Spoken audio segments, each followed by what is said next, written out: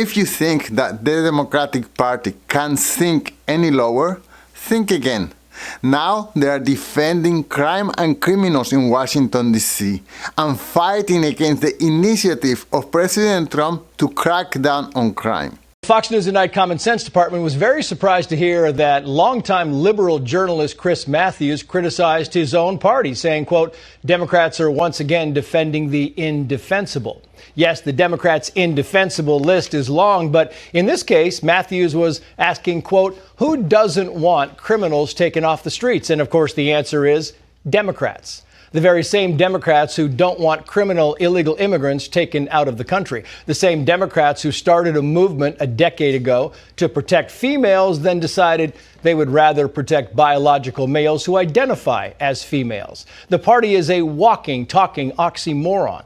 Even liberal journalist Chris Matthews is calling out his own party. It's the big cities who are in a difficult situation on crime. And the murder rate, you can't keep saying violent crime is down, but the murder rate's up.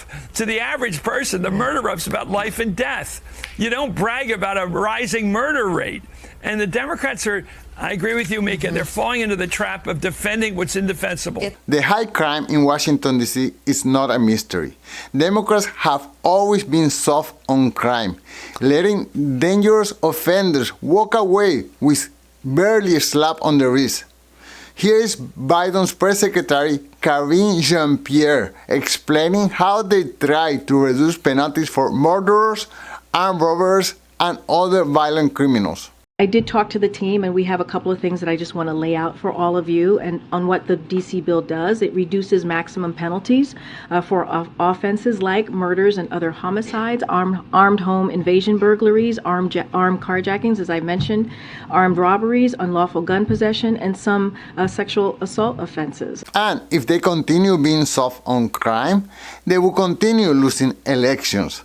As statistician Harry Enten explains, most Americans overwhelmingly prefer President Trump's approach to crime. Compare Trump to Biden in handling of crime, please. Yeah, okay. I think this sort of gives the game away here because Donald Trump is like Air Jordan towering over Joe Biden when it comes to their handling of crime. Look, in 2024, look at where Biden's net approval was on crime. Way underwater there at minus 26 points. It was one of Biden's worst issues. Granted, pretty much every issue was one of Biden's worst issues. And again, look at where Donald Trump is.